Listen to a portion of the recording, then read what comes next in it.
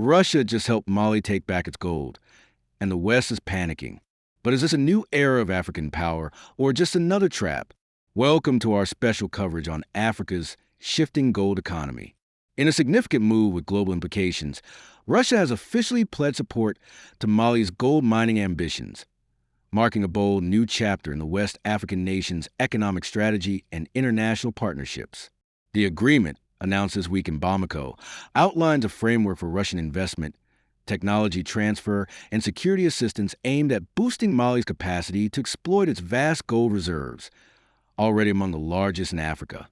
With gold prices surging on the global market and Western influence in decline across the Sahel, Mali is seizing the moment to reclaim control over its natural resources. Russian firms and technical experts are expected to help modernize mining infrastructure, improve refining processes, and ensure greater revenue retention within Mali's borders. This partnership is more than just economic. It represents a broader geopolitical shift, a pivot away from former colonial powers and toward new strategic alliances based on mutual interest and sovereign interaction. President Assimi Goïta has emphasized that Mali's resources must benefit the Malian people first. And now, with Russian backing, the country is preparing to break decades of dependency and transform its gold sector into a true engine of national wealth. Of course, the deal has raised eyebrows in the West, where concerns over Russia's growing footprint in Africa continue to mount. But for many Malians, this is about taking control of their destiny and ensuring that foreign partnerships serve the people, not just foreign profit. As Mali embarks on this gold-powered journey, the eyes of Africa and the world are watching. Welcome to Code of the Lion, your source for insightful news, analysis, and thoughtful commentary. If you value informed perspectives and fact-based reporting, be sure to like, subscribe, and hit the bell so you never miss an update. Disclaimer: the content on this channel is based on reliable public sources and credible online information. It is intended strictly for educational and analytical purposes. We do not promote or endorse political violence, hate speech, or any form of discrimination. Our goal is to inform, not to inflame. Thanks for being here. Let's stay informed. Together, Mali sits atop a treasure chest, a land blessed with an abundance of gold. For centuries, this precious metal has been intertwined with its destiny, shaping its history and influencing its future. For centuries, its soil has yielded vast quantities of gold, a seemingly endless supply that has captivated the world. From the surface veins to the deep earth, the land is rich with this valuable resource. This abundance has shaped empires and drawn traders from across the globe, eager to partake in the golden bounty. Caravans laden with goods traverse vast distances, all seeking a piece of Mali's golden promise. Today, Mali is Africa's second-largest gold producer after Ghana, a testament to its continued significance in the global gold market. The industry continues to grow, with new mines and extraction techniques constantly being developed. Gold dominates its economy, a cornerstone of the nation's financial structure. It's a resource that holds immense power and potential. Gold accounts for most export earnings and powers state finances, fueling government programs and infrastructure projects. The nation's economic health is inextricably linked to the price and production of this precious metal. Yet this immense wealth has not brought prosperity to most Malians. The promise of gold has not translated into tangible improvements in their daily lives. The paradox: resource riches coexist with deep poverty and underdevelopment, a stark contrast that highlights the challenges of resource management. The benefits of gold wealth seem to bypass the communities most directly impacted by its extraction. Mali's gold is shipped abroad as raw material, leaving the country in its unrefined state. It is refined elsewhere and sold for massive profits that are generated outside of Mali's borders. These are profits Mali rarely sees, a missed opportunity for economic growth and development. The value added through refining and processing escapes the country. This system, rooted in colonial history, perpetuates a cycle of dependency and inequality. It keeps Mali dependent and vulnerable to global price swings, leaving the nation at the mercy of international markets. The fluctuations in gold prices can have a significant impact on Mali's economy. Most local jobs are in extraction, often under harsh and dangerous conditions. They are not in the higher paying skilled work of refining or marketing, limiting opportunities for advancement and economic empowerment. The real wealth is created far from Mali, in distant financial centers and industrial hubs. This leaves its people behind, excluded from the prosperity generated by their own natural resources. Despite billions in gold exports, the benefits are not trickling down to the population. Mali remains among the world's poorest nations, struggling with poverty and inequality. The nation has limited access to basic services, such as clean water, healthcare, and education. The disconnect between resource wealth and public welfare is a glaring example of the resource curse. This fuels frustration and political instability, as citizens demand a fairer share of the nation's wealth. In June 2024, Mali's leader, Colonel Assimi Goïta, took a momentous step toward reshaping the nation's economic landscape. This initiative signals a clear departure from traditional economic models, prioritizing local value addition and resource control. He officially launched the country's first industrial gold refinery, a project years in the making. The inauguration ceremony was a celebration of national pride and a symbol of Mali's aspirations for economic independence. This state-of-the-art facility, strategically located near Bamako, represents a significant investment in Mali's industrial future. Its location is ideal for accessibility and logistical efficiency. The refinery is designed with impressive capabilities, poised to process up to 200 tons of gold annually. This capacity positions it as a major player in the regional gold processing market, enough to handle all of Mali's current gold production. The refined gold will contribute significantly to Mali's economy. The primary goal is to stop the long-standing practice of exporting raw, unprocessed gold, a practice that has drained Mali's potential wealth for far too long. Instead, the focus will be on adding value to the gold right here at home, creating jobs and boosting the national economy. This shift toward value-added manufacturing is crucial for sustainable development. The establishment of the refinery was a key demand that emerged from national consultations, reflecting the will of the Malian people. During these consultations, citizens voiced their strong desire for greater control over Mali's natural resources, ensuring that the benefits accrue to the nation and its people. And so, for the first time, Mali is setting its sights on refining all of its gold domestically, a bold ambition that promises to transform the country's economic prospects. The refinery will operate as the sole legal processor, streamlining the gold refining process and ensuring transparency. This means that all gold mined within Mali's borders will be processed at the central facility, regardless of its origin. This includes gold extracted by large-scale industrial giants, as well as that mined by the numerous artisanal miners who contribute significantly to the country's gold production. This centralization of the refining process provides the state with unprecedented oversight and control over its gold resources. It ensures that every single gram of gold is meticulously accounted for, minimizing losses and maximizing revenue for the nation. It represents a radical shift away from the old, inefficient system, a system where value was lost and leaked away at every step of the process, benefiting foreign entities more than the Malian people. This project is far more than just a factory. It's a symbol of national aspiration, a new mindset, a shift in perspective towards self-reliance and economic empowerment. It signifies Mali's transformation into a producer of finished gold products, rather than simply a supplier of raw materials.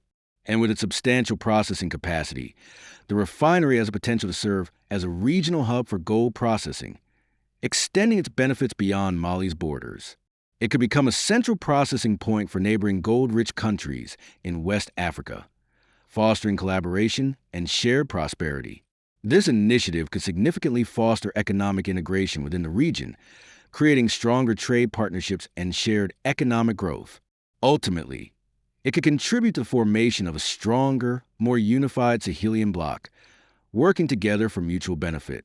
A bloc determined to manage its resources on its own terms, ensuring that the wealth generated benefits the people of the Sahel.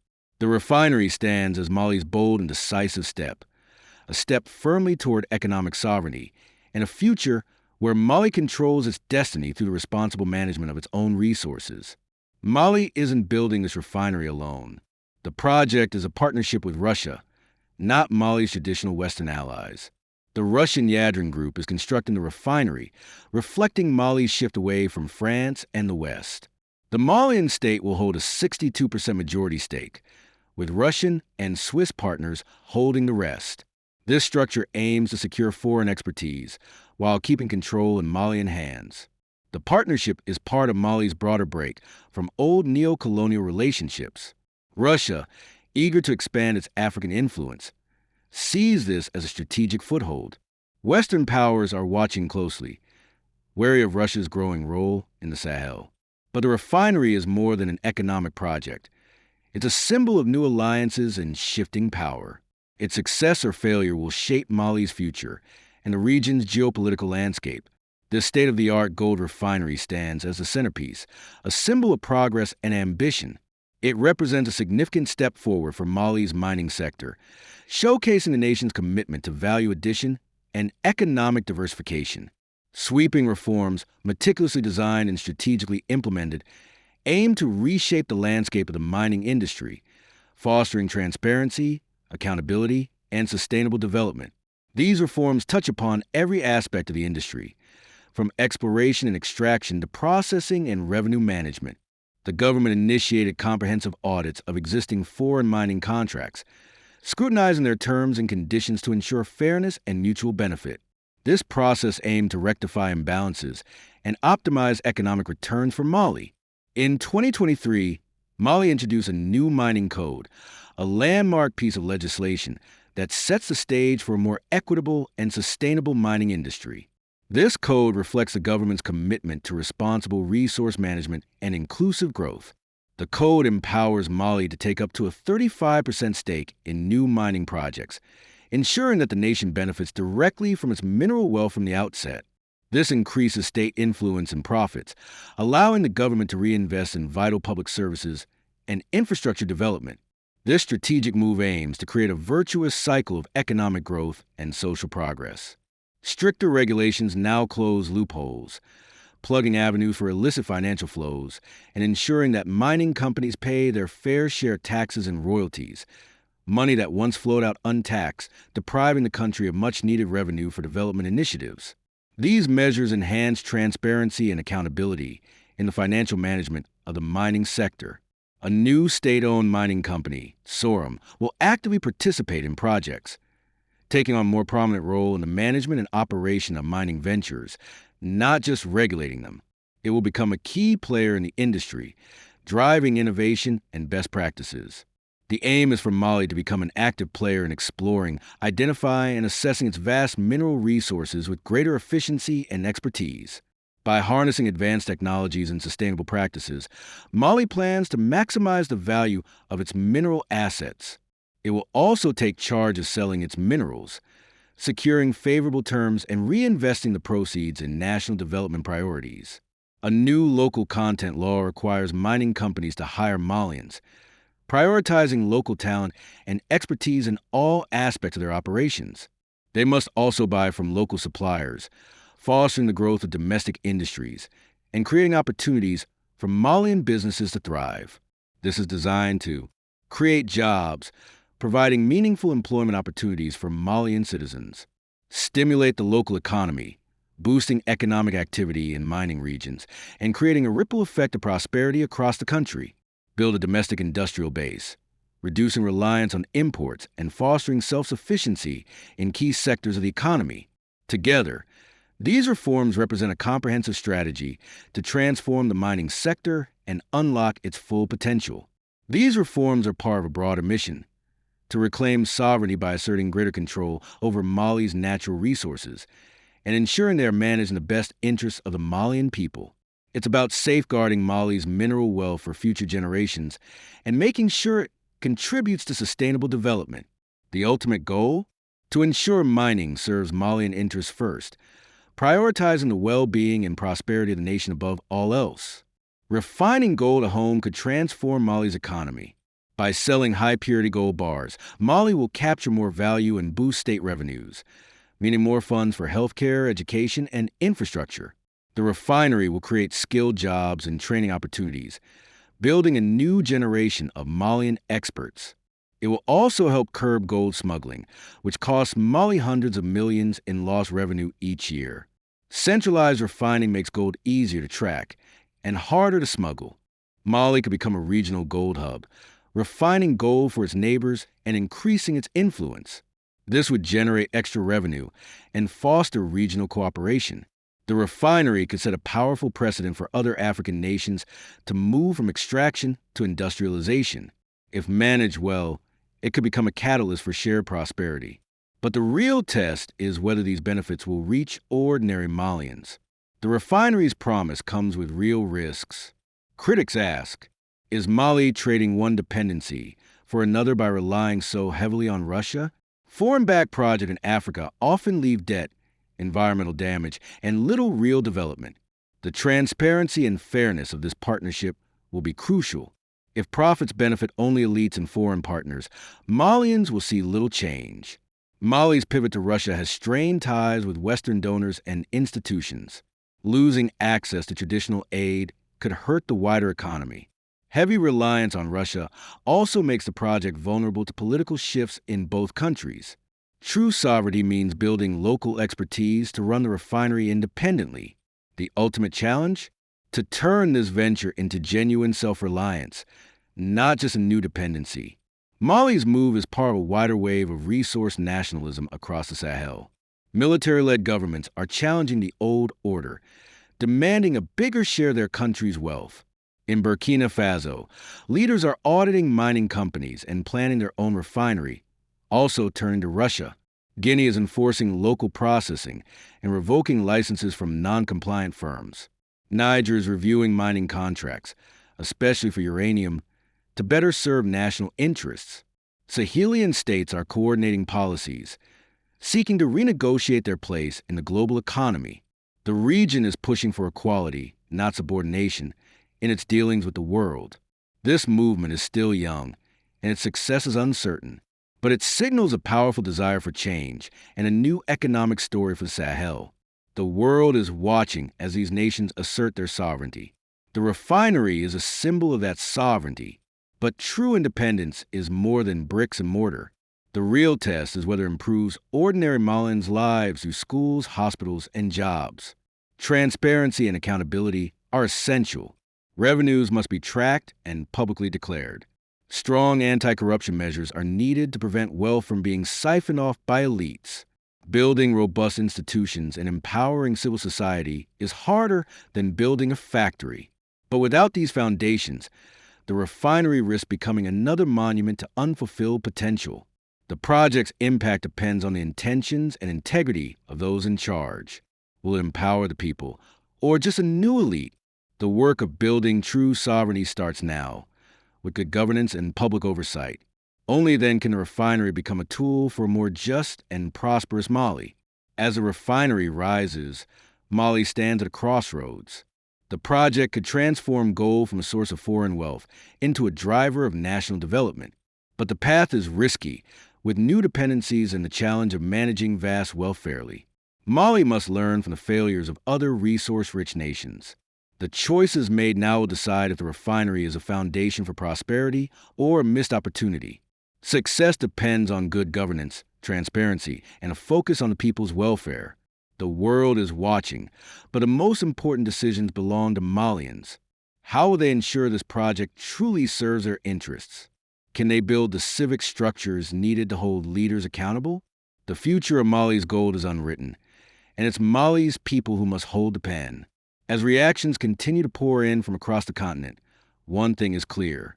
Africa is demanding respect, sovereignty, and accountability. Was this just a diplomatic misstep, or a deeper sign of shifting global alliances? We'll be watching closely. If you found this story important, don't forget to like, share, and subscribe for more real, unfiltered African news. This is Code of the Lion, telling the stories that matter. Let us know in the comments below. And don't forget to subscribe for more incredible stories about justice and comeback victories that will restore your faith in standing up for what's right.